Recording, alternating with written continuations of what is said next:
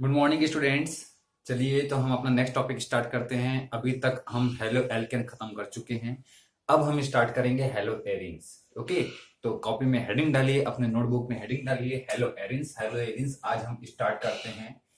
Hello Erin जो है हमको इजी पढ़ने वाला है।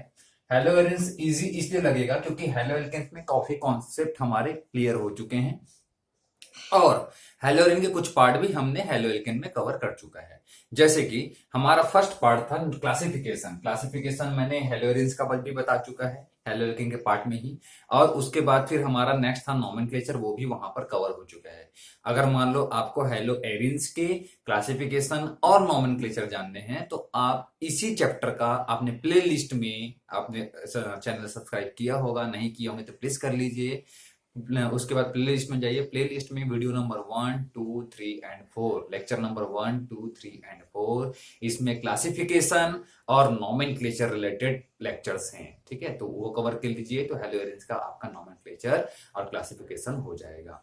ठीक है, आज हम स्टार्ट करते हैं प्रिपरेशन ऑफ हेलो एरिन्स। हम स्टार्ट करेंगे प्रिपरेशन ऑफ हेलो एरिन्स। ठीक है, तो कॉपी में आप हेडिंग डालिए प्रिपरेशन ऑफ हेलो एरिन्स। और हेलो एल्केन का फर्स्ट प्रिपरेशन मेथड हमने क्या देखा था बेटा? आपको याद होगा, हमने देखा था हेलोजिनेशन, मतलब हेलोजन के साथ रिएक्शन। वही चीज यहाँ पर भी करना है। हमको क्या करना है? हेलोजन के साथ रिएक्शन करना है। पहले आप देखिए कि ये हेलो एरिन्स होता क्या है। थोड़ा सा एक रिवीजन अगर ले लिया जाए तो ये एक बेंजीन रिंग है। सपोज की बात कीजिए तो अगर इस बेंजीन रिंग में यहाँ पर आपको मालूम है कि हाइड्रोजन लगा हुआ है, CH है, यहाँ भी CH, यहाँ CH, यहाँ CH, यहाँ CH, यहाँ CH, यहाँ CH। अगर इस H को मैं रिप्लेस कर दूं किससे? X से, ये X का एडिशन हो जाए और H का रिमूवल हो जाए यहाँ से या कहीं से भी, किसी भी एक कार्बन एटम से, तो आपको कुछ इस टाइप का कंपाउंड मिल जाएगा। यहाँ पर आ जाएगा X और H यहाँ चला जाएगा। ठीक है, तो ये जो कंपाउंड है इनको हम बोलते हैं बेटा हेलो एरिन। तो आप देख रहे हो कि यहाँ पर रिप्लेसमेंट किससे हो रहा है बेटा? एक्स से हो रहा है, हेलोजन से हो रहा है। तो अगर मान लो हम हेलोजिनेशन करा दें यहाँ पर इसका बेंजीन रिंग का, ये बेंजीन रिंग है, बेंजीन रिंग का अगर हेलोजिनेशन करवा देते हैं तो हमको क्या मिल जाएगा? हेलो एरिन मिल जाएगा। तो ये हमारा फर्स्ट मेथड है। तो लिखे आप हेलोजिनेशन। ठीक है बेटा, हेलोजिनेशन लिखेंगे, हेलोजिनेशन हेडिंग डालेंगे। हेलोजिनेशन से हम बना सकते हैं। अब हेलोजिनेशन इसको करवाते कैसे हैं? बेंजीन रिंग को, ओके, बेंजीन रिंग का reaction, sorry where is my duster. Okay, पहले मैं ये इरेज कर दूं। समझ में आ रहा है बेटा? बहुत इजी है, कोई खास डिफिकल्ट वाली चीज नहीं है, पहले हमने कई बार पढ़ रखा है। ठीक है, तो ये आपको आसान जाने वाला है। हेलोजिनेशन के लिए क्या करना है? हमको बेंजीन लेना है। बेंजीन का रिएक्शन हम करवाएंगे किसके साथ में? बेंजीन का रिएक्शन करवाएंगे, सपोज कि क्लोरीन के साथ आप करवाओगे, क्लोरीन के साथ एडिशन। लेकिन इस रिएक्शन को आपको करवाना है डार्क में, ये बात को ध्यान रखेंगे। लो टेम्परेचर पे करवाना है, लो टेम्परेचर पे करवाना है। लो टेम्परेचर मतलब ये होना चाहिए अप्रोक्सीमेटली 300 टू 320 केल्विन। ठीक है, इस टेम्परेचर तक आपको ये रिएक्शन करवाना है। या तो आप ये बोल सकते हो ये रिएक्शन आपको डार्कनेस में करवानी है, क्योंकि अगर मान लो आप लाइट में रिएक्शन करवाओगे तो टेम्परेचर बढ़ जाएगा। ठीक है, या तो आप डार्क में ये रिएक्शन करवाइए। साथ ही इस रिएक्शन में आपको लुईस एसिड FeCl3 या AlCl3 ये आपको लेना है। ठीक है, समझ में आ रहा है? आपको लुईस एसिड भी यहाँ पर लेना पड़ेगा। ठीक है, यहाँ पर लुईस एसिड कैसे काम करता है बेटा? ये एज अ हेलोजन कैरियर काम करता है। ये काम करता है एज अ हेलोजन कैरियर, मतलब कि हेलोजन को कैरी करने का काम करेगा। कौन? ये FeCl3 या AlCl3, लुईस एसिड। ठीक है, अब यहां से होता क्या है कि ये जो Cl2 हमने लिखा है, इसको सिंपली अगर हम समझे तो ये कुछ ऐसा हो जाएगा, Cl एंड Cl, ये कुछ ऐसा मैं लिख सकता हूँ Cl2 को। अब यहाँ पर जो हाइड्रोजन अवेलेबल है, ये हाइड्रोजन यहाँ से इस Cl के साथ में, Cl के इलेक्ट्रॉन को लेकर के जाएगा। ठीक है, क्योंकि ये H बिना इलेक्ट्रॉन के आएगा, यहाँ से H यहाँ विथआउट इलेक्ट्रॉन आता है और यहाँ से Cl के इलेक्ट्रॉन के साथ क्या बना लेगा? ये HCl का फॉर्मेशन कर लेगा और ये क्लोरीन यहाँ पर हाइड्रोजन के जगह पे चला जाएगा। मतलब कि हाइड्रोजन को यहाँ से वो एक्चुअली रिप्लेस करता है। तो क्या मिल जाएगा आपको? क्लोरोबेंजीन मिल जाएगा। यही है हेलो एरिन। तो आपने क्या करवाया बेटा, बेंजीन का रिएक्शन करवाया। बेंजीन का रिएक्शन किसके साथ में, हेलोजन के साथ में यहाँ पर करवा रहे हैं, है ना, हेलोजन के साथ में करवा रहे हैं। और ये करवाना है आपको लो टेम्परेचर में या डार्कनेस में, और साथ ही यहाँ पर एंड लिख देते हैं, एंड FeCl3 या AlCl3 प्रेजेंट होना चाहिए। ये एज अ हेलोजन कैरियर काम करता है। ठीक है, रिएक्शन कैसा होगा, क्लोरीन यहाँ से, ये क्लोरीन जो है यहाँ से इस H को रिप्लेस कर देगा, ये क्लोरीन यहाँ से इस H को रिप्लेस कर देगा, और क्या बन जाएगा, क्लोरोबेंजीन और HCl बन जाएगा। ठीक है बेटा, ये रिएक्शन नोट करो, फिर मैं यहाँ पर डेफिनेशन आपको लिखवा रहा हूँ, मतलब कि इसका रिएक्शन के बारे में आपको नोट करवा रहा हूँ। ठीक है बेटा, चलो ये नोट करो। ठीक है, रिएक्शन नोट किया। अब ऊपर देखो, इसी को देख करके लिखना है ना, ताकि कुछ अजीब सा ना लगे आपको। सिर्फ रिएक्शन लिखना सही नहीं होता है ना, सेंटेंस के फॉर्म पे लिखे ज्यादा बेटर होता है। ताकि एटलीस्ट नोट्स में तो हम लिख सकते हैं, वेन हेलोजिनेशन में लिखना है, when benzene reacts with halogen in the low temperature temperature भी नोट कर लो, 3 to 320 केल्विन, और इन dark in the presence of Lewis acid such as AlCl3, FeCl3। ठीक है, AlCl3, FeCl3,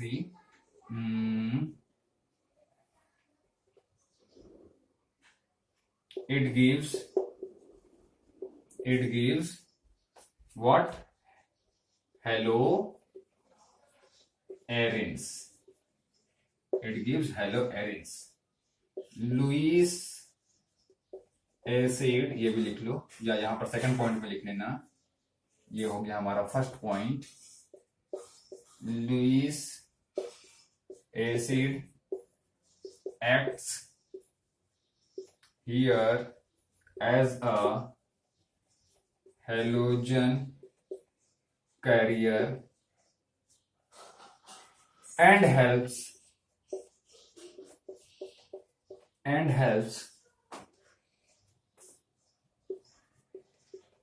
ये तो मैकेनिज्म में लिखेंगे, ज्यादा बेटर है। चलो बेटा, ये मैकेनिज्म में लिखेंगे। ठीक है, ये मैकेनिज्म स्टार्ट करते हैं। ठीक है, तो ये बेंजीन है, और ये क्या बन गया, क्लोरोबेंजीन है। ये क्या हो गया, क्लोरोबेंजीन। तो ये सिंपल सा रिएक्शन है, कोई खास इसमें तकलीफ नहीं होना चाहिए। ठीक है, मैकेनिज्म में बाकी चीजें समझेंगे, मैकेनिज्म अभी पढ़ते हैं। ठीक है, इसके बारे में वैसे आपको पता चल गया होगा, थोड़ा ध्यान देंगे। पहले ये लिख लीजिए, तो फिर मैकेनिज्म में स्टार्ट करता हूँ। ठीक है, लिखो जरा, फटाक से लिखो, पॉज बटन क्लिक करके लिखो।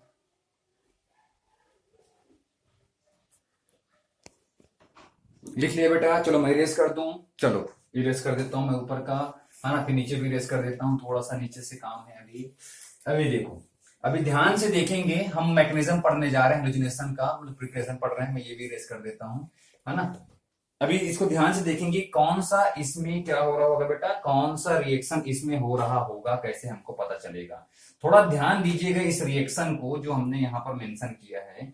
यहां से Cl रिप्लेस कर रहा है इस H को, H भी बिना इलेक्ट्रॉन यहां से जा रहा है, यस और नो, ध्यान दीजिए। H यहां से बिना इलेक्ट्रॉन जा रहा है, इलेक्ट्रॉन तो इस Cl के पास से मिल रहा है इसको, और Cl भी यहां से यहां आया बिना इलेक्ट्रॉन के, मतलब H जाएगा यहां से H प्लस के फॉर्म पे विथआउट इलेक्ट्रॉन, और Cl आएगा यहां पर Cl प्लस के फॉर्म पे विथआउट इलेक्ट्रॉन।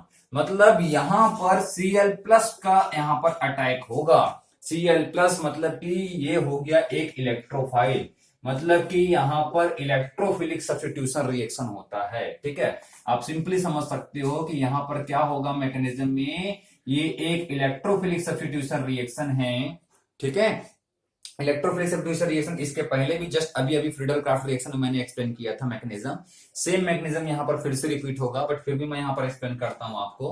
हो सकता है वो वीडियो आपने नहीं देखा होगा, फिर भी आप देखोगे तो ज्यादा बेटर है, आपका कॉन्सेप्ट बार बार अच्छे से क्लियर होते जाएगा। ठीक है, अब ये है आपका E प्लस यानी कि इलेक्ट्रोफाइल। इलेक्ट्रोफाइल क्या होता है मैं वहां पर एक्सप्लेन किया था, इलेक्ट्रॉन लविंग स्पीशीज को क्या बोलते हैं, इलेक्ट्रॉन लविंग स्पीसीज को क्या बोलते हैं? इलेक्ट्रोफाइल बोलते हैं। अब बताओ कि इलेक्ट्रॉन को लव कौन कर सकता है? इलेक्ट्रॉन में होता है माइनस चार्ज, तो ऐसा स्पीसीज जिसपे प्लस चार्ज हो या इलेक्ट्रॉन की कमी हो, इलेक्ट्रॉन डेफिशिएंट स्पीसीज न्यूट्रल हो, तो फिर उसको वो क्या कहलाएगा? इलेक्ट्रोफाइल कहलाएगा। तो फिर यहां पर अब सबसे पहले हमको इलेक्ट्रोफाइल चाहिए। इलेक्ट्रोफिलिक सब्स्टिट्यूशन रिएक्शन किसको बोलते हैं? जब इनिशियल अटैक इलेक्ट्रोफाइल से हो। जब इनिशियल अटैक इलेक्ट्रोफाइल से हो तो हम उसको क्या बोलते हैं? Electrophilic substitution reaction. तो यहां इनिशियल अटैक इलेक्ट्रोफाइल से होगा, लेकिन उससे पहले इलेक्ट्रोफाइल बनाना पड़ेगा। तो पहला स्टेप आप समझ सकते हो, यहां पर आप ये लिख सकते हो, जनरेशन ऑफ इलेक्ट्रोफाइल, है ना, इलेक्ट्रोफाइल जनरेट करना,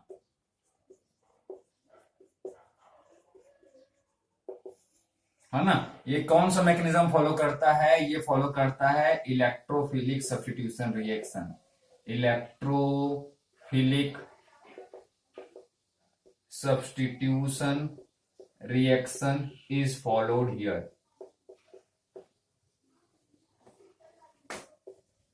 कौन? ये रिएक्शन किसको फॉलो करता है? इलेक्ट्रोफिलिक सब्स्टिट्यूशन रिएक्शन को फॉलो करता है। समझ में आ रहा है बेटा? है ना। तो सबसे पहले हमको क्या बनाना पड़ेगा? इलेक्ट्रोफाइल बनाना पड़ेगा। तो इलेक्ट्रोफाइल कैसे बनता है यहां पर देखिए जरा। ये जो लुईस एसिड है FeCl3, चलो सपोज यहां पर ले लेते हैं। तो लुईस एसिड क्यों बोलते हैं? क्योंकि इनके पास एम्प्टी ऑर्बिटल होता है। एम्प्टी ऑर्बिटल होता है।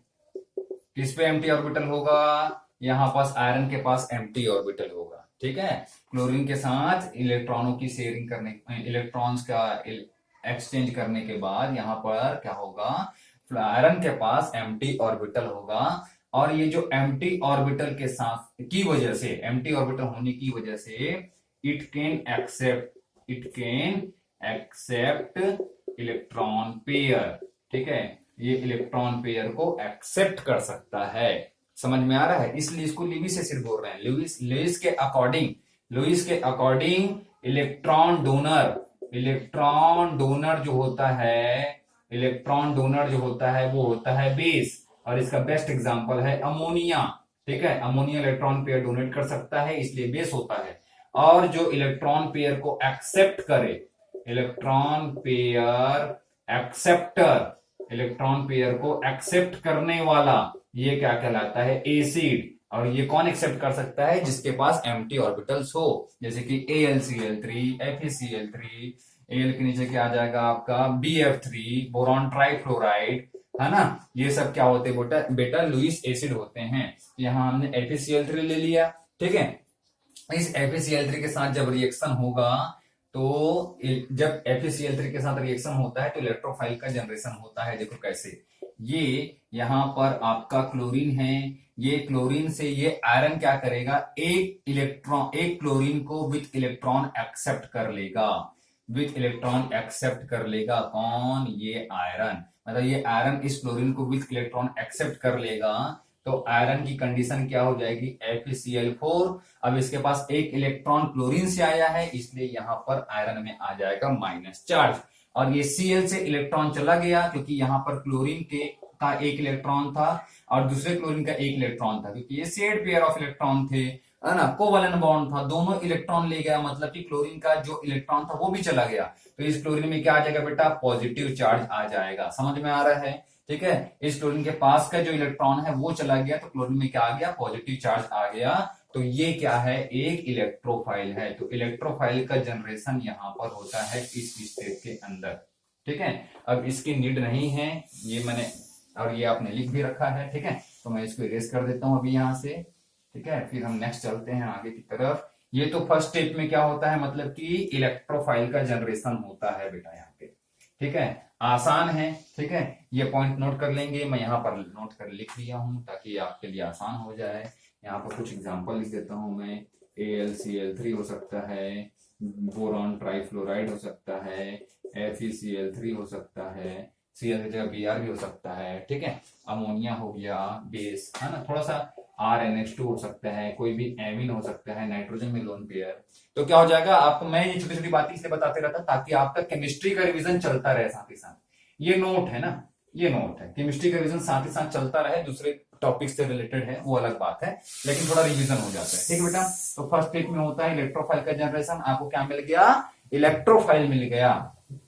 अब ये इलेक्ट्रोफाइल क्या करेगा? अटैक करेगा। किस पे करेगा? बेंजीन रिंग पे करेगा।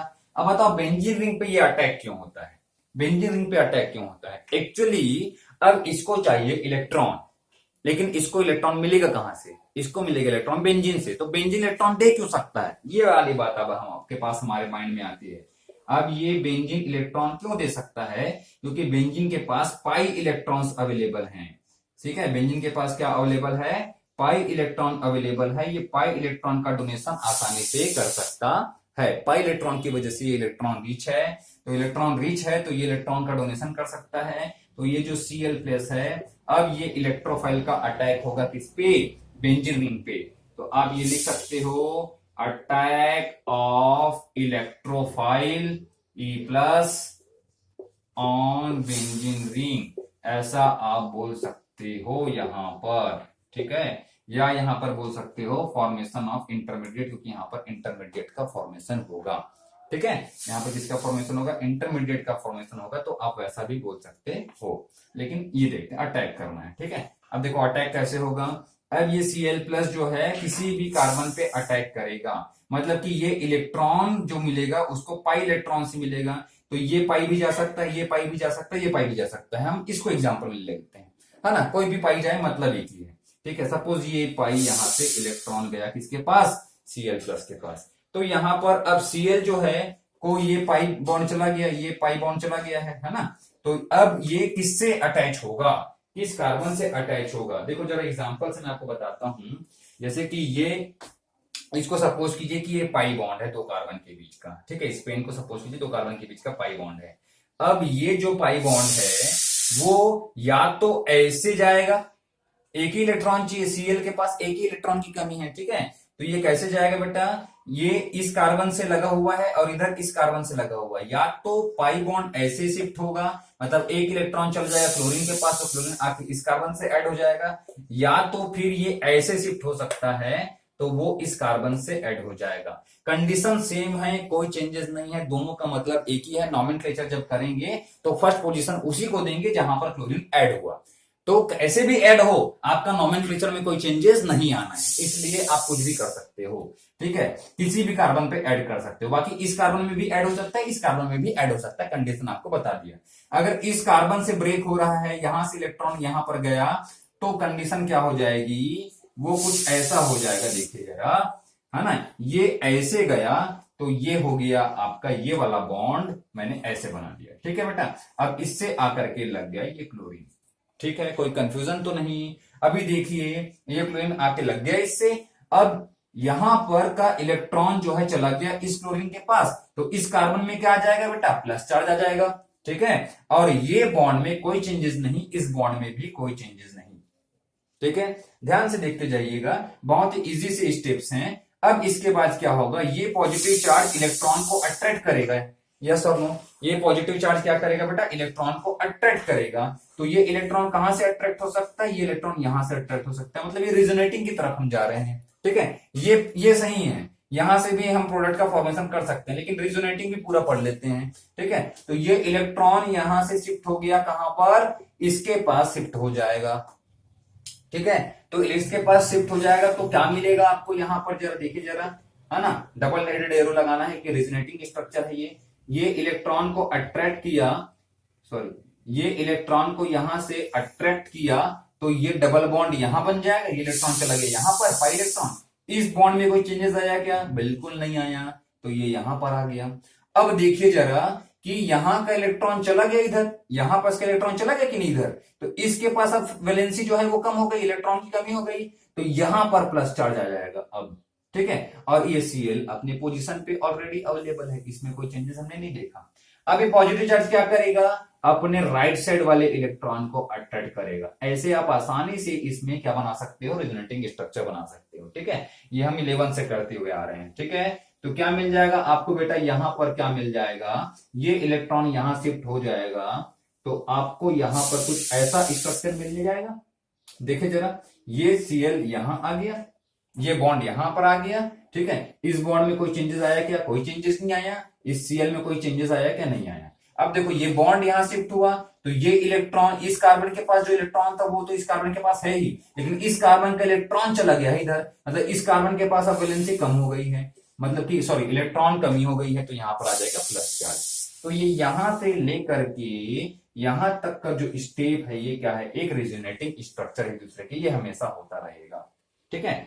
अभी देखो, अब इस प्लस चार्ज को क्या करना है बेटा? अपने आप को स्टेबल करना है। तो ये क्या कर सकता है? अब देखें जरा, अगर इसके आगे का स्टेप देखोगे जरा, तो कि यहां पर आपके पास हाइड्रोजन भी अवेलेबल है, यस और नो, वो सब जगह पे अवेलेबल है, ऐसे, है ना, हर एक कार्बन पे अवेलेबल है। तो अब ये पॉजिटिव चार्ज जो है क्या करेगा? इसको आप ये सब रेजोनेटिंग स्ट्रक्चर को एक साथ भी बना सकते हो, ठीक है। एक साथ कैसे बनाओगे? ये पाई इलेक्ट्रॉन घूम रहे हैं, तो पाई इलेक्ट्रॉन को कुछ ऐसे बनाया जाता है, देखो मैं यहाँ पर बना देता हूं, है ना। ये तीनों रेजोनेटिंग स्ट्रक्चर का एक साथ, रेजोनेटिंग स्ट्रक्चर के रेजोनेंस हाइब्रिड स्ट्रक्चर बनाते हैं, तो एक ट्रिपल बॉन्ड के जैसा हम यहाँ पर नोटेशन यूज करते हैं, ठीक है। अब यहाँ पर ये जो आपका पॉजिटिव चार्ज है वो सेंटर में दिखा दो, और ये जो दो बॉन्ड है वो घूम रहे हैं, तो ऐसा आप यहाँ पर शो कर सकते हो, ठीक है। और ये आपके पास ये क्लोरीन, तो ये रेजोनेंस हाइब्रिड हो गया। रेजोनेंस हाइब्रिड आप ले सकते हो चाहे तो, या इसको ले लो, इस स्ट्रक्चर को लोगे और आसानी से समझ में आएगा। हमारा थर्ड स्टेप है डीप्रोटोनेशन, डीप्रोटोनेशन, ठीक है। प्रोटॉन यहां से बाहर निकलेगा, ठीक है। अभी देखो कैसे बाहर निकलेगा। ये आपके पास लास्ट स्ट्रक्चर रेजोनेटिंग हाइब्रिड में, रेजोनेटिंग स्ट्रक्चर लास्ट वाला कौन सा है? यहां पर हमने हाइड्रोजन लगा रखा, यहां पर क्लोरीन लगा रखा है, पॉजिटिव चार्ज यहां पर है, और ये ऐसे बॉन्ड है और ये ऐसे बॉन्ड है, ये वाले स्ट्रक्चर की बात कर रहा हूं मैं, ठीक है। इसको ले लीजिए, आसानी से समझ में आता है इस स्ट्रक्चर से। अब ये पॉजिटिव चार्ज क्या करेगा? इलेक्ट्रॉन अट्रैक्ट करेगा। कहां से करेगा? ये करेगा सी और एच के बीच के बॉन्ड को, कार्बन और हाइड्रोजन के बीच के बॉन्ड को अट्रैक्ट करेगा। लेकिन ये अट्रैक्ट कब करेगा? जब इसको कहीं से इलेक्ट्रॉन मिल जाए। भाई हाइड्रोजन को भी तो इलेक्ट्रॉन चाहिए, हाइड्रोजन ऐसी थोड़ी बाहर जाएगा, तो हाइड्रोजन को इलेक्ट्रॉन चाहिए। हाइड्रोजन को इलेक्ट्रॉन कहां से देता है? हाइड्रोजन को इलेक्ट्रॉन मिलता है FeCl4- से, ठीक है। तो यहां पर क्या होगा? मैं इसको ऐसे कुछ बना दूं, FeCl4- मैं यहां लिख दूं, कोई इशू नहीं, है ना। FeCl,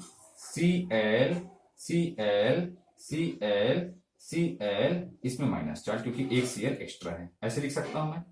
बोलो किसी को कोई डाउट है ना? बहुत इजी है ना। ये Cl4Cl हो गए। ये Cl यहां का एक जो इलेक्ट्रॉन है, Cl का जो एक इलेक्ट्रॉन है, जब ये हाइड्रोजन को मिल जाएगा, अगर ये Cl का इलेक्ट्रॉन इस Cl के साथ में ये इलेक्ट्रॉन हाइड्रोजन को मिल जाएगा, तो हाइड्रोजन अपना इलेक्ट्रॉन यहां दे देगा, इसको कोई परेशानी नहीं होगी कि हाइड्रोजन को इलेक्ट्रॉन से मतलब, ठीक है। तो हाइड्रोजन ने इलेक्ट्रॉन दिया, हाइड्रोजन जब यहां पर इलेक्ट्रॉन दे देगा, तो यहां पर ये बॉन्ड बन जाएगा कंप्लीटली, ये इलेक्ट्रॉन यहां चला गया, हाइड्रोजन इस क्लोरीन के साथ ऐड हो जाएगा, ठीक है। क्लोरीन के साथ इसको इलेक्ट्रॉन मिल रहा है हाइड्रोजन को, ठीक है। और ये आपका प्रीवियस बॉन्ड जो ऐसे ही था, इसमें कोई चेंजेस नहीं, और ये Cl इसके साथ लग गया, जुड़ गया, ठीक है। अब इसका पॉजिटिव चार्ज खत्म हो गया, और क्या होगा यहाँ पे? ये Cl इलेक्ट्रॉन के साथ H के पास आ गया है, तो इसको मिल गया HCl, और अब Fe के पास जो एक्स्ट्रा इलेक्ट्रॉन हो गया था वो Cl के एडिशन की वजह से, पहले न्यूट्रल है, Cl का इसके बॉन्ड के साथ एडिशन हुआ था, ठीक है, तो FeCl4 बन गया था। उस बॉन्ड के साथ ये चला गया H के पास, ये Cl इस बॉन्ड के साथ चला गया H के पास, समझ में आ रहा है? मतलब ये कैसे हुआ है? ये आयरन, मैं ऐसे बनाऊं, ये है आयरन और ये है क्लोरीन, ये ऐसा, ठीक है, आयरन यहां पर क्लोरीन, अब ये क्लोरीन और आयरन के बीच का बॉन्ड चला गया ऐसे हाइड्रोजन के पास, तो H और क्लोरीन के बीच बॉन्ड बन गया। अब ये आयरन तो यहीं का यहीं है, लेकिन आयरन का इलेक्ट्रॉन चला गया है, तो ये बन गया आपका आयरन, इलेक्ट्रॉन चला गया, तो अब माइनस चार्ज नहीं रहेगा, ये माइनस चार्ज वाला जो इलेक्ट्रॉन है वो चला गया, और इसके साथ 3Cl, 1 2 3, ये Cl चला गया H के पास, तो ये 1 2 और 3, तो आपको क्या मिल गया? यहाँ पर FeCl3 वापस मिल गया, वापस जनरेट हो गया। तो 3 स्टेप में ये रिएक्शन होते हैं। फर्स्ट स्टेप में आप इलेक्ट्रोफाइल जनरेट करेंगे, इलेक्ट्रोफाइल का फॉर्मेशन होता है, फिर इलेक्ट्रोफाइल का एडिशन कराएंगे, किसके साथ में? इलेक्ट्रोफाइल अटैक करेगा किस पे? बेंजीन रिंग पे, फिर यहाँ पर आपको एक कार्बोकेटायन इंटरमीडिएट मिलेगा, क्या है ये? कार्बोकेटायन, देखो यहाँ पर पॉजिटिव चार्ज, ये पॉजिटिव चार्ज, ये पॉजिटिव चार्ज, तो ये क्या है, कार्बोकेटायन इंटरमीडिएट का फॉर्मेशन होगा। आप लिख सकते हो, यहाँ पर मैं लिख दूं कार्बोकेटायन इंटरमीडिएट, ठीक है। और ये थर्ड स्टेप जो है वो यहां से यहां तक है, ठीक है। सेकंड स्टेप जो है वो ऐसा है। और ये AlCl3, ये हमारा इंपॉर्टेंट नोट था, ये इंपॉर्टेंट नोट था जो मैंने एसिड और बेस के बारे में बताया था। ये फर्स्ट स्टेप है, ठीक है। ये सेकंड स्टेप है जो ऐसे मैंने लिखा हुआ है, और ये आपका थर्ड स्टेप है, डीप्रोटोनेशन। डीप्रोटोनेशन मतलब कि H का प्लस फॉर्म पे बाहर निकलना, H प्लस फॉर्म पे ही बाहर निकला है तो HCl हो गया, ठीक है। डीप्रोटोनेशन, इसमें एक्चुअली आपको फिर फाइनली क्या मिला बेटा, यहाँ पर क्लोरोबेंजीन का फॉर्मेशन यहाँ पर हुआ है, ठीक है। कोई इसमें दिक्कत तो नहीं है आपको, बहुत इजी सा स्टेप है। अगर कहीं पे आपको क्लैरिटी चाहिए, कहीं पर आपको डाउट आ रहा हो, थोड़ा सा रिवाइंड कर लीजिए और उस स्टेप को एक बार फिर से देख लीजिए, ठीक है। इसको नोट कीजिए, फिर इसके बारे में हम और आगे और जो स्टडी करनी वो करते हैं। नोट करो बेटा, फिर मैं इसको इरेज करता हूं, ठीक है। नोट किया, पॉज बटन क्लिक करो, नोट करो, मैं साइड में स्क्रीनशॉट भी ले सकती हूँ, ठीक है। चलिए,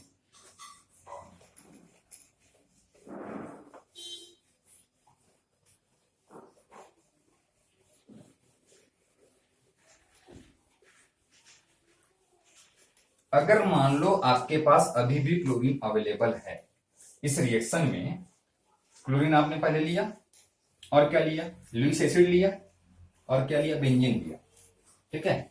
अगर रिएक्शन में क्लोरीन अवेलेबल हो, अगर रिएक्शन में क्लोरीन अवेलेबल हो, आपका प्रोडक्ट बन चुका है क्लोरोबेंजीन, सोचिए जरा, ठीक है। रिएक्शन में क्लोरीन आपने एक्सेस में ले लिया था, तो क्लोरीन अभी भी अवेलेबल है और क्लोरोबेंजीन बन चुका है। एक क्लोरोबेंजीन आपका एटम जो है, सॉरी, प्रोडक्ट का फॉर्मेशन हो चुका है, ठीक है। ये कुछ ऐसा प्रोडक्ट है, इसका फॉर्मेशन हो चुका है, क्लोरीन अवेलेबल है, FeCl3 है, तो ये रिएक्शन कंटिन्यू हो सकता है आगे।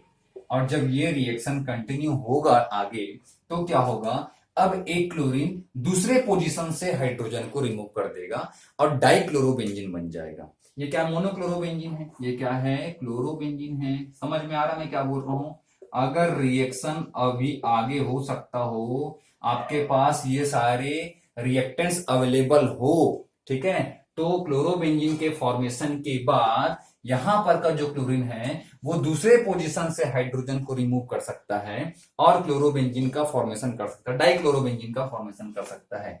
तो इसके पास दो केसेस आ जाते हैं, तो यहां पर दो प्रोडक्ट बनते हैं बेटा, ठीक है। यहां पर कितने प्रोडक्ट बनते हैं, ध्यान रखेंगे, दो प्रोडक्ट बनते हैं। एक तो कंडीशन ये हो जाती है कि क्लोरीन जो है, सेकेंड क्लोरीन, मैंने क्लोरोबेंजीन बना लिया पहले, है ना, ये मैंने दो क्लोरोबेंजीन बना लिए। अब दो कौन से, तो सेम बनाया है सर आपने, हाँ सेम बनाया ना। अब मैं एक्सप्लेन कर रहा हूं, दो पोजीशन आपको मिल सकता है, दो चीज मिल सकता है।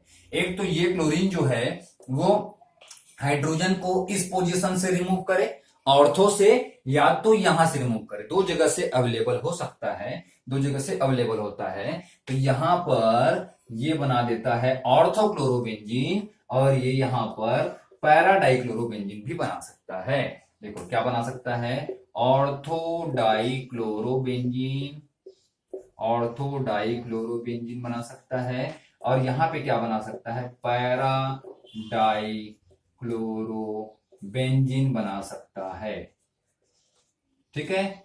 तो दो, अब इसमें से एक होगा माइनर और एक होगा मेजर।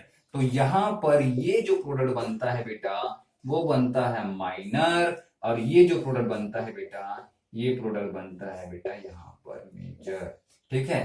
तो माइनर और मेजर प्रोडक्ट का फॉर्मेशन होता है, मतलब पैरा डाइक्लोरोबेंजीन ज्यादा बनेगा, ज्यादा क्वांटिटी में बनेगा, और साथ ही यहां से एक क्लोरीन ने एक हाइड्रोजन को रिमूव किया है, तो यहां पर HCl का फॉर्मेशन होगा, ठीक है। अभी देखो कि पैरा डाइक्लोरोबेंजीन मेजर क्यों बनता है, पैरा डाइक्लोरोबेंजीन मेजर क्यों बनता है।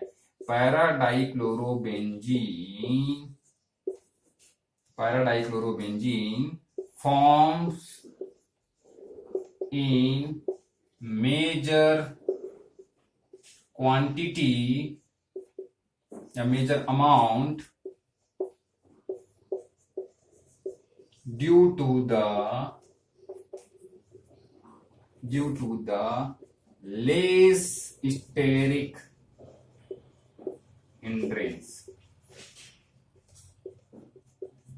अब देखो, या आप बोल सकते हो रिपल्सन। देखो कैसे, मैं क्या बोल रहा हूं। अगर ये क्लोरीन यहां पर बनता है, अगर ये क्लोरीन यहां पर अटैक करता है, तो पास में ही क्लोरीन अवेलेबल है, ठीक है। तो क्लोरीन के पास में जो 7 इलेक्ट्रॉन्स अवेलेबल होते हैं, क्लोरीन के पास 7 इलेक्ट्रॉन अवेलेबल होते हैं कि नहीं होते। जैसे कि ये क्लोरीन है, क्लोरीन के पास ऐसे 6 और 7 इलेक्ट्रॉन अवेलेबल होते हैं, और एक इलेक्ट्रॉन यहां से बेंजीन के साथ में रिएक्शन की ऐसे क्या बोलते हैं, बॉन्ड बना करके रखा है, ठीक है, ज्वाइंट है। तो इसके पास अभी 6 यहां पर यानी कि 3 लोन पेयर्स हैं। यहां से क्लोरीन आएगा, Cl+ के फॉर्म पे आएगा। तो Cl+ के फॉर्म पे कब आएगा, जब एक इलेक्ट्रॉन दे चुका होगा। लेकिन यहां पर अभी इसके पास 6 इलेक्ट्रॉन्स होंगे, तो ये इलेक्ट्रॉन पेयर के बीच यहां पर रिपल्सन क्रिएट हो सकता है, या जिसी को बोलते हैं स्टेरिक क्राउडिंग, मतलब कि इलेक्ट्रॉन की क्राउडिंग। इलेक्ट्रॉन की क्राउडिंग यहां पर आने से ज्यादा होगा, और इलेक्ट्रॉन की क्राउडिंग यहां पर आने से कम होगा, ठीक है। ऑर्थो पोजीशन कितना है, टोटल 2 है। एक ऑर्थो पोजीशन ये रहा, एक ऑर्थो पोजीशन ये रहा, ठीक है। पैरा पोजीशन ये रहा, पैरा पोजीशन ये भी है जिसपे ऑलरेडी लगा हुआ है। तो यहां पर अगर क्लोरीन आएगा तो स्टेरिक क्राउडिंग ज्यादा रहेगा, यहां पर क्लोरीन आएगा तो ये भी ऑर्थो पोजीशन स्टेरिक क्राउडिंग ज्यादा रहेगा, या ये 2 निगेटिव चार्ज स्पीसीज बहुत पास हो जाएंगे। क्लोरीन मोर इलेक्ट्रोनेगेटिव है ना, तो ये दोनों बहुत पास हो जाएंगे, इनके बीच रिपल्सन रहेगा। रिपल्सन रहेगा तो फिर इनकी एनर्जी काफी ज्यादा रहेगी, तो इसकी स्टेबिलिटी कम रहेगी, ऐसा भी आप समझ सकते हो यहां पर, ठीक है, जो बनने वाला प्रोडक्ट है, ठीक है। और अगर मान लो स्टेरिक क्राउडिंग कम करना है, तो ये क्लोरीन जितना ज्यादा डिस्टेंस हो सके उतना ज्यादा डिस्टेंस वाले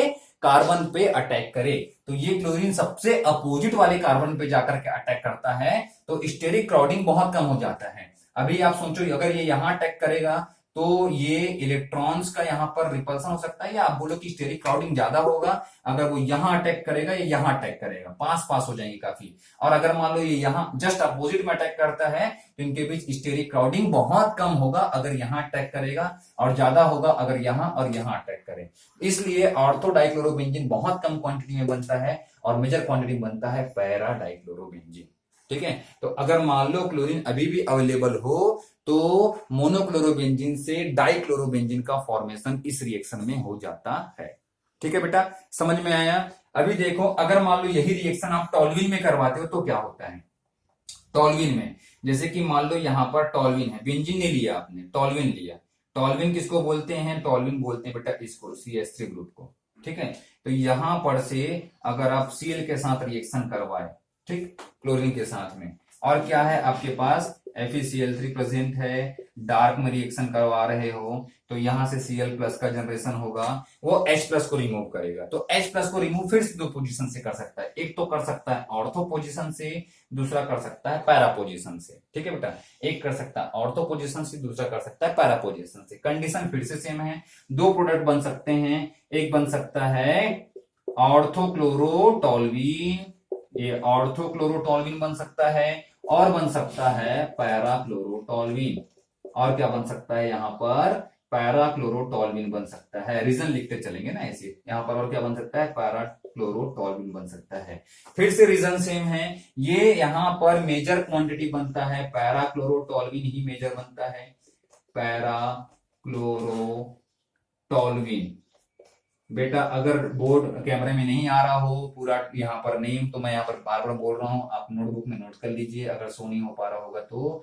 पैराक्लोरोटॉल्वीन है ये इसका नाम, और ये माइनर में बनेगा, और इसका नाम है बेटा, इस कंपाउंड का नाम है ऑर्थोक्लोरो। ऑर्थो पोजीशन पे क्लोरीन अटैच है और ये टॉल्वीन है, तो ऑर्थोक्लोरोटॉल्वीन, ठीक है। तो ये नेम्स हो गए। अब बताओ मेजर क्वांटिटी में पैराक्लोरोटॉल्वीन ही क्यों बनता है। फिर से स्टेरिक हिंड्रेंस वाली बात आएगी यहाँ पर, ठीक है, फिर से स्टेरिक हिंड्रेंस वाली बात आएगी। इसको मैं इरेज कर देता हूं, अदरवाइज आप लोग बाद में कंफ्यूज हो सकते हैं। ये कुछ कैसा होगा बेटा, ये कार्बन, ये हाइड्रोजन, ये हाइड्रोजन, ये हाइड्रोजन। अब क्लोरीन आकर के अटैक करेगा तो हाइड्रोजन हाइड्रोजन हाइड्रोजन यहाँ पर अवेलेबल है, तो ये क्लोरीन इसमें रिपल्सन फेस कर सकता है, या स्टेरिक क्राउडिंग यहाँ पर पास में ज्यादा है, और एकदम अपोजिट पोजीशन पे स्टेरिक क्राउडिंग कम रहेगा। तो क्लोरीन ऑफ कोर्स कहां अटैक करेगा, पैरा पोजीशन पे ज्यादा अटैक करेगा, तो मेजर क्वांटिटी में कौन सा बनेगा, पैरा वाला डेरिवेटिव जो है वो बनेगा, ठीक है, ये भी स्टेरिक क्राउडिंग रीजन यही है। पैरा पोजीशन पे क्या होता है, स्टेरिक हिंड्रेंस ज्यादा, सॉरी ऑर्थो पोजीशन पे स्टेरिक हिंड्रेंस ज्यादा होता है, पैरा पोजीशन पे लेस स्टेरिक हिंड्रेंस होता है, इसलिए पैराक्लोरोटोल्यूइन जो है मेजर क्वांटिटी में बनता है। ठीक है, इसमें कोई डाउट तो नहीं है। अभी एक बात हमारे माइंड में आती है कि बार बार ये ऑर्थो और पैरा पे ही क्यों बढ़ रहा है, मेटा पे क्यों नहीं बढ़ रहा है, क्योंकि ये ऑर्थो और पैरा डायरेक्टिंग होता है। टोल्यूइन जो है ऑर्थो और पैरा डायरेक्टिंग होता है। देखिए जरा कैसे होता है, यहाँ पर हाइपर कॉन्जुगेशन इसका रीजन है बेटा, है ना। वो थोड़ा सा मैं यहाँ पर एक्सप्लेन कर देता हूँ, वैसे तो बता चुका हूं मैं हाइपर कॉन्जुगेशन क्या होता है, इसी चैप्टर में बता चुका हूं, है ना। फिर भी एक बार और देख लीजिए कि यहाँ पर हाइपर कॉन्जुगेशन कैसे रोल, हाइपर कॉन्जुगेशन का क्या रोल रहता है। ठीक है, देखें जरा, ये है कार्बन और इससे लगा हुआ ये हाइड्रोजन, ये लगा हुआ ये हाइड्रोजन और ये लगा हुआ ये हाइड्रोजन, ये क्या है, टोल्यूइन है। ठीक है, और ये पाई बॉन्ड है। अब आपको मालूम होगा, मैं एक बार और शायद आपको बताया था कि अगर कभी भी single bond carbon, double bond carbon, single bond, ऐसा टाइप का कंडीशन हो, डबल बॉन्ड के बाद सिंगल बॉन्ड आ जाए, तो इस केस में, है ना, यहां पर ये हाइड्रोजन है, हाइड्रोजन फिर single bond carbon, double bond carbon, single bond, अगर ऐसी अवेलेबिलिटी है तो हाइपर कॉन्जुगेशन रहेगा, हाइपर कॉन्जुगेशन यहाँ पर पॉसिबल है।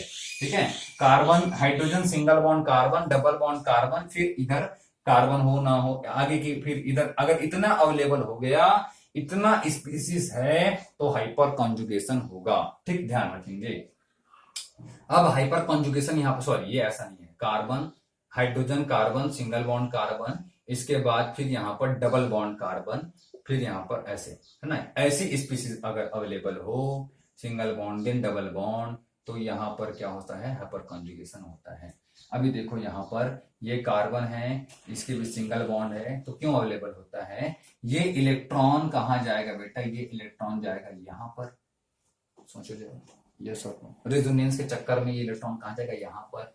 और आपको मालूम है कि जब ये इलेक्ट्रॉन यहाँ पड़ जाएगा तो इस कार्बन के पास क्या आ जाएगा, पॉजिटिव चार्ज आ जाएगा, तो वो पॉजिटिव चार्ज क्या कर सकता है, इस कार्बन और हाइड्रोजन के बीच के बॉन्ड को क्या करता है, अट्रैक्ट करता है, क्योंकि ये इसको सिग्मा पाई कॉन्जुगेशन भी बोलते हैं। सिग्मा इलेक्ट्रॉन पाई इलेक्ट्रॉन बन जाता है, कार्बन और हाइड्रोजन के बीच का सिग्मा बॉन्ड पाई बॉन्ड में कन्वर्ट हो जाता है, इसलिए यहां पर ये सिग्मा पाई कॉन्जुगेशन भी कहलाता है। तो अगर इस स्पीसीज में रिएक्ट हाइपर कॉन्जुगेशन हो तो कैसे होगा, देखिए जरा, ये इलेक्ट्रॉन का शिफ्ट कार्बन और हाइड्रोजन के बीच के बॉन्ड शिफ्ट हो जाएगा यहाँ पर और बना लेगा पाई बॉन्ड ऐसे। ठीक है, कार्बन कार्बन के बीच डबल बॉन्ड हो गया, और ये H यहाँ पर प्लस फॉर्म पे आ जाएगा प्लस फॉर्म पे, क्योंकि कार्बन से ये इलेक्ट्रॉन लेकर चला गया तो H में क्या बचा, प्लस, और यहाँ पर ये आपका ओल्ड ये वाला हाइड्रोजन और यहाँ पर दिस वन हाइड्रोजन। ठीक है, और ये आपका बेंजीन रिंग मैं यहाँ पर वापस बनाता हूँ, ये बेंजीन रिंग है। ठीक, ये इलेक्ट्रॉन शिफ्ट कहाँ पे होगा, इस पोजीशन पे शिफ्ट होगा, ये माइनस चार्ज, और इसमें कोई चेंजेस नहीं आएगा।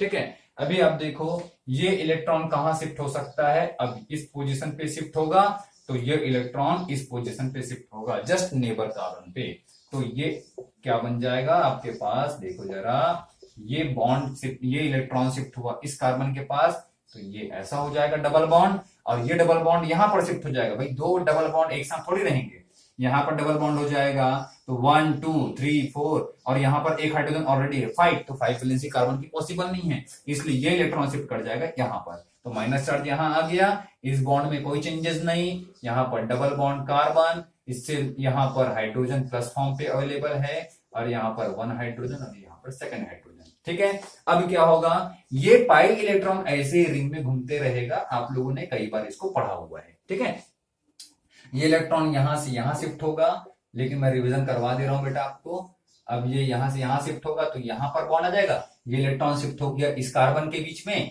तो यहाँ पर डबल बॉन्ड हुआ, फिर जिसकी वजह से ये बॉन्ड यहां शिफ्ट हो गया इस कार्बन के पास, तो यहाँ पर माइनस आ जाएगा।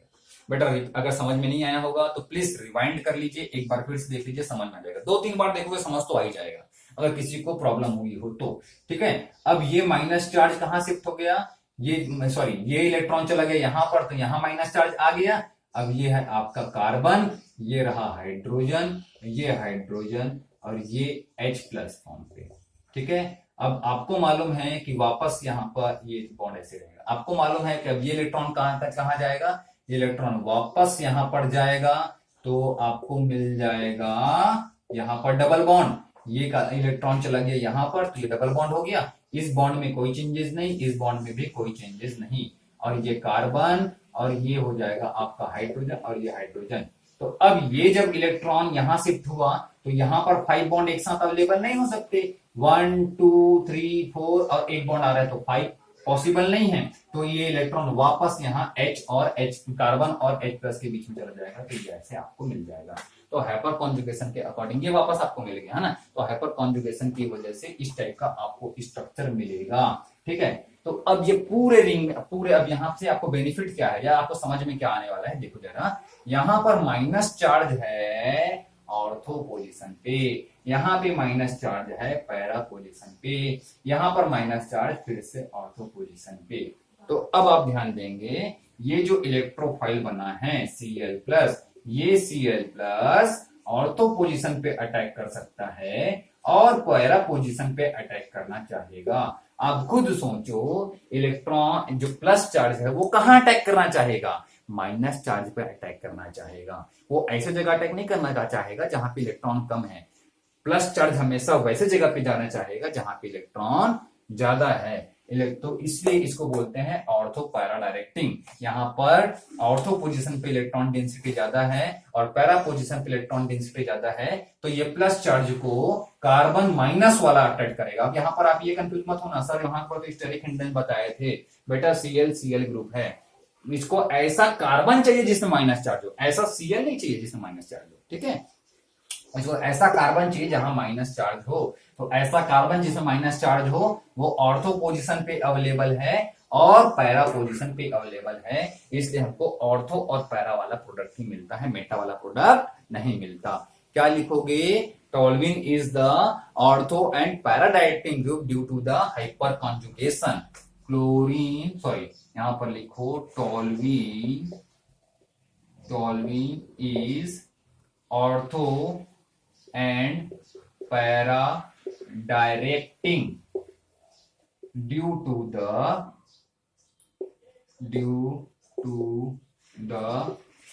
hyper ये तो आप समझ चुके हो है ना, तो ये मैं इरेज कर देता हूं। Due to the hyper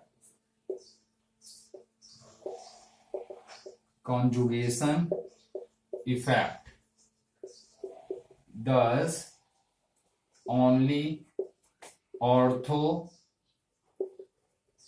and para direct derivatives DERI derivatives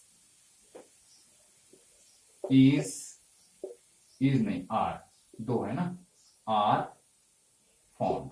अब बोलेगा मेटा क्यों नहीं बनता, इसका रीजन है। और क्वेश्चन जैसे आपके माइंड में क्वेश्चन आया होगा कि नहीं, आई डोंट नो, वैसे आया होगा कि ऑर्थोक्लोरोटोल्यूइन बन रहा है, पैराक्लोरोटोल्यूइन बन रहा है, मेटाक्लोरोटोल्यूइन तो नहीं बन रहा है भाई, इसलिए नहीं बन रहा है। Toluene is ortho and para directing due to the hyperconjugation effect, thus only ortho and para directing derivatives are form. ठीक है, क्यों, क्योंकि देखो ना माइनस चार्ज यहां आ रहा है, माइनस चार्ज पैरा पे आ रहा है, माइनस चार्ज ऑर्थो, मतलब कि ऑर्थो पे पैरा पे और बस क्या बोलते हैं माइनस चार्ज आ रहा है, इसी को बोलते हैं ऑर्थो एंड पैरा डायरेक्टिंग। इसका मतलब यही है, ऑर्थो और पैरा डायरेक्टिंग का मतलब यही है कि माइनस चार्ज सिर्फ ऑर्थो पोजीशन और पैरा पोजीशन पे अवेलेबल रहेगा, इसलिए हमको ऑर्थो और पैरा डेरिवेटिव मिलेगा, मेटा डेरिवेटिव नहीं मिलेगा, मेटा डायरेक्टिंग नहीं होता टोल्यूइन।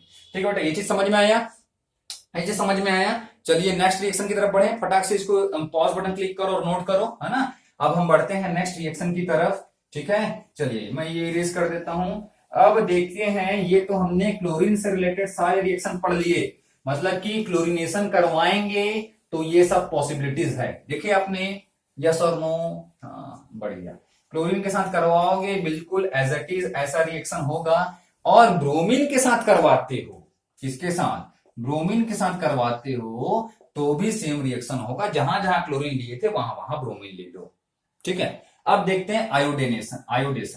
आयोडीन के साथ करवाते हो तो क्या होता है। आयोडीन के साथ करवाएंगे बेटा, तो यहाँ पर ये आयोडीन, यहाँ पर ये लिया बेंजीन रिंग, आयोडीन से रिएक्शन करवाया, FeCl3 लिया था हमने, ठीक है, डार्कनेस में रिएक्शन करवाया था, कोई दिक्कत नहीं। आयोडीन यहाँ गया, हाइड्रोजन को बाहर निकाला, आपको मिल गया आयोडोबेंजीन, आपको मिल गया आयोडोबेंजीन, और यहाँ मिल गया HI।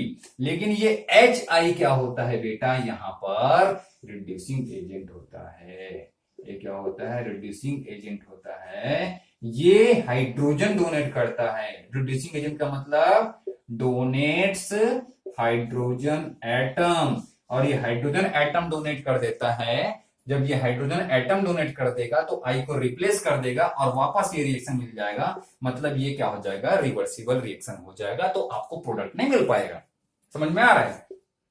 ये क्या है, आयोडोबेंजीन। आयोडोबेंजीन तो बना, लेकिन ये हाइड्रोजन आयोडाइड यहां बना, हाइड्रोजन आयोडाइड बना, जो कि एक बढ़िया रिड्यूसिंग एजेंट है। आसानी से यहाँ हाइड्रोजन एटम दे देगा, आसानी से हाइड्रोजन एटम दे देगा, तो हाइड्रोजन यहां से रिप्लेस कर देगा आयोडीन को, और वापस आपको क्या मिल जाएगा, बेंजीन मिल जाएगा। तो इस रिएक्शन में क्या मिल जाता है, वापस से बेंजीन मिलता है। हम आयोडोबेंजीन बनाना चाह रहे हैं, लेकिन हमको मिल रहा है क्या, बेंजीन मिल रहा है। ये एक रिवर्सिबल रिएक्शन हो रहा है, इसलिए यहां पर क्या किया जाता है, हमको एक ऑक्सीडाइजिंग एजेंट लेना पड़ता है। ऑक्सीडाइजिंग एजेंट लेना पड़ता है, और ऑक्सीडाइजिंग एजेंट के फॉर्म पे हम ले सकते हैं, यहां पर HNO3 ले सकते हैं, HiO3 भी ले सकते हैं, आयोडिक एसिड भी ले सकते हैं, नाइट्रिक एसिड भी ले सकते हैं। अब देखो ये करता क्या है, HNO3 अगर मान लो ये हाइड्रोजन आयोडाइड के साथ रिएक्शन करेगा, वैसे हम यहाँ इसको हेलो एल्केन में पढ़ चुके हैं, ठीक है। HNO3 यहाँ पर अगर हाइड्रोजन आयोडाइड के साथ रिएक्शन करेगा, तो ये क्या करता है, यहाँ पर वापस आयोडीन का फॉर्मेशन कर देता है। क्या करता है, वापस आयोडीन का फॉर्मेशन करता है। ये हाइड्रोजन आयोडाइड को किस में कन्वर्ट कर देता है, आयोडीन में कन्वर्ट कर देता है, और यहां से ये H2O बना लेगा, ये H यहां पर जाएगा और H2O बना लेगा, और NO2 बंद का फॉर्मेशन होता है, NO2 का फॉर्मेशन होता है। मतलब ये H और यहां से एक ऑक्सीजन, देखो कैसे निकला, ये एक H ऑलरेडी अवेलेबल था, यहां से एक H आया, और ये आपका NO3, ठीक है। NO3 में से एक ऑक्सीजन आया, तो ये क्या बच गया, NO2 बचा, और यहां पर एक ऑक्सीजन, तो H2O और नाइट्रोजन डाइऑक्साइड गैस यहां से बन जाता है। रिएक्शन को आप बैलेंस कर सकते हैं, कोई इशू यहां पर नहीं होनी चाहिए, ठीक है। तो आप यहां पर नाइट्रिक एसिड ले सकते हैं, या आयोडिक एसिड ले सकते हैं, HiO3 भी ले सकते हैं, ठीक है। आयोडिक एसिड लो या नाइट्रिक एसिड लो, और इस रिएक्शन को करवाइए। ये ऑक्सीडाइजिंग एजेंट है, तो ये HI को क्या करवा देता है, ऑक्सीडेशन करवा देता है, और HI का ऑक्सीडेशन करवा करके आयोडीन का फॉर्मेशन करता है। तो रिएक्शन क्या हो जाता है बेटा, इरिवर्सिबल बन जाता है। मतलब कि वापस HI क्या बन जाएगा, आयोडीन बन जाएगा, तो फिर ये वापस बेंजीन नहीं बन पाएगा, ठीक है। तो इस रिएक्शन में HNO3 के जैसा HNO3 या तो फिर HiO3 आयोडिक एसिड लिया जाता है ना। आयोडिक एसिड लेंगे तो कैसे रिएक्शन होगा वो भी देख लो। HI के साथ रिएक्शन करवाए, आयोडीन का फॉर्मेशन होगा, ठीक है, और यहाँ पर किसका फॉर्मेशन हो जाएगा, I आ गया, और यहां से क्या जाएगा, H2O का फॉर्मेशन हो जाएगा, H2O का फॉर्मेशन हो जाएगा, और शायद ऑक्सीजन गैस का भी फॉर्मेशन हो जाएगा। देखो यहाँ से एक ऑक्सीजन चला गया, बन गया H2O, और बच गया क्या, O2, और यहाँ पर I2। रिएक्शन बैलेंस आप कर लीजिएगा, कोई इशू नहीं है, ठीक है। रिएक्शन बैलेंस करना तो कोई बड़ी बात नहीं है, ये आप कर सकते हैं। ऑक्सीडाइजिंग एजेंट है, और ये हाइड्रोजन आयोडाइड जो रिड्यूसिंग एजेंट है उसको रिड्यूस करके आयोडीन में कन्वर्ट कर देता है, और रिएक्शन क्या बन जाता है, इरिवर्सिबल बन जाता है। तो आयोडोबेंजीन के साथ रिएक्शन, आयोडोबेंजीन के फॉर्मेशन में ऑक्सीडाइजिंग एजेंट का यूज करना पड़ता है, ऑक्सीडाइजिंग एजेंट का यूज करना पड़ता है। FeCl3 के साथ यहाँ पर क्या लेना पड़ेगा आपको, ऑक्सीडाइजिंग एजेंट लेना पड़ेगा। तो रिएक्शन कंप्लीटली क्या बन जाएगा, ये कुछ ऐसा बन जाएगा, प्लस I2, यहाँ पर अपने को FeCl3 प्लस HNO3 भी लेना पड़ेगा, ठीक है। एंड लिखो, एंड HNO3, और ये करवाएंगे हम डार्कनेस में। तो रिएक्शन क्या है, अब इरिवर्सिबल रहेगा, अदरवाइज आपको डबल हेडेड एरो लगाना पड़ेगा, रिवर्सिबल है, ठीक है। अब आपको मिलेगा आयोडोबेंजीन, अब क्या मिल जाएगा, आयोडोबेंजीन, और मिलेगा यहाँ पर मिल जाएगा HI तो नहीं मिलेगा क्योंकि HI तो वापस आयोडीन बना लेगा, HNO3 है ना। तो आप ये लिख सकते हो HNO3 लिया है ना, तो HNO3 जब लिया है तो आयोडीन मिलेगा, तो आयोडीन मिलेगा तो आयोडीन के साथ कट जाएगा, बचेगा H2O और NO2 ले लेंगे, H2O प्लस NO2, ऐसा आप लिख सकते हो। ठीक है, ये इरिवर्सिबल रिएक्शन। ठीक है बेटा, समझ में आया? कोई खास डिफिकल्ट चीज नहीं है, ये बहुत ज्यादा इंपॉर्टेंट नहीं लिखना, ये दोनों रिएक्शन इंपॉर्टेंट है। ठीक है, कि रिवर्सिबल रिएक्शन को इरिवर्सिबल बनाने के लिए ऑक्सीडाइजिंग एजेंट यहां पर हमको लेना पड़ता है। ठीक है, अब एक बच गया फ्लोरिनेशन। फ्लोरिनेशन यहां पर नहीं होता, फ्लोरिनेशन वहां भी नहीं होता था। रीजन सेम है, क्योंकि फ्लोरीन जो है हाईली रिएक्टिव है और एक्सोथर्मिक रिएक्शन है, तो एक्सप्लोजन के चांसेस होते हैं। हम इस रिएक्शन को कंट्रोल नहीं कर सकते, इसलिए फ्लोरिनेशन यहां पर पॉसिबल नहीं है। तो हेलोजिनेशन से हम क्लोरोबेंजीन बना सकते हैं, डाइक्लोरोबेंजीन बना सकते हैं, ब्रोमोबेंजीन बना सकते हैं, डाइब्रोमोबेंजीन बना सकते हैं, आयोडोबेंजीन बना सकते हैं, डाइआयोडोबेंजीन बना सकते हैं। लेकिन हमको दिक्कत क्या आएगी, फ्लोरोबेंजीन माने फ्लोरिनेशन यहां पर नहीं होता, क्योंकि ये एक्सोथर्मिक रिएक्शन है और फ्लोरीन बहुत ज्यादा रिएक्टिव नेचर का होता है। ठीक है, तो आई होप कि आपको आज का लेक्चर समझ में आया हो। ठीक है, नहीं आया होगा, जहां प्रॉब्लम होगी एक बार रिवाइज करके देखिए, एक बार फिर से पढ़ करके रिवाइंड करके फिर से एक बार वीडियो को, लेक्चर को ध्यान से समझने की कोशिश कीजिएगा, शायद समझ में आ जाएगा आपको। I am so sure that आपको समझ में आ ही जाएगा। अगर अभी तक आपने चैनल सब्सक्राइब नहीं किया है तो जैसे कि मैं हमेशा बोलता हूँ, प्लीज चैनल सब्सक्राइब कर लीजिए। सब्सक्राइब करेंगे तो यहाँ पर क्या होगा, जब भी मैं आपको नेक्स्ट लेक्चर बनाऊंगा, नेक्स्ट लेक्चर में अपलोड करूंगा, आपको उसका नॉलेज, उसकी जानकारी तुरंत मिल जाएगी। ठीक है, थैंक यू सो मच। अगर आपको वीडियो समझ में आ रहा है, लेक्चर समझ में आ रहा है, तो हेल्प करने के लिए अपने फ्रेंड्स के पास भी आप इसको शेयर कीजिए, ताकि नॉलेज का सही तरीके से इस्तेमाल हो सके, सही तरीके से यूज हो सके, सब लोग यूटिलाइज करें। Okay, thank you so much, keep practice.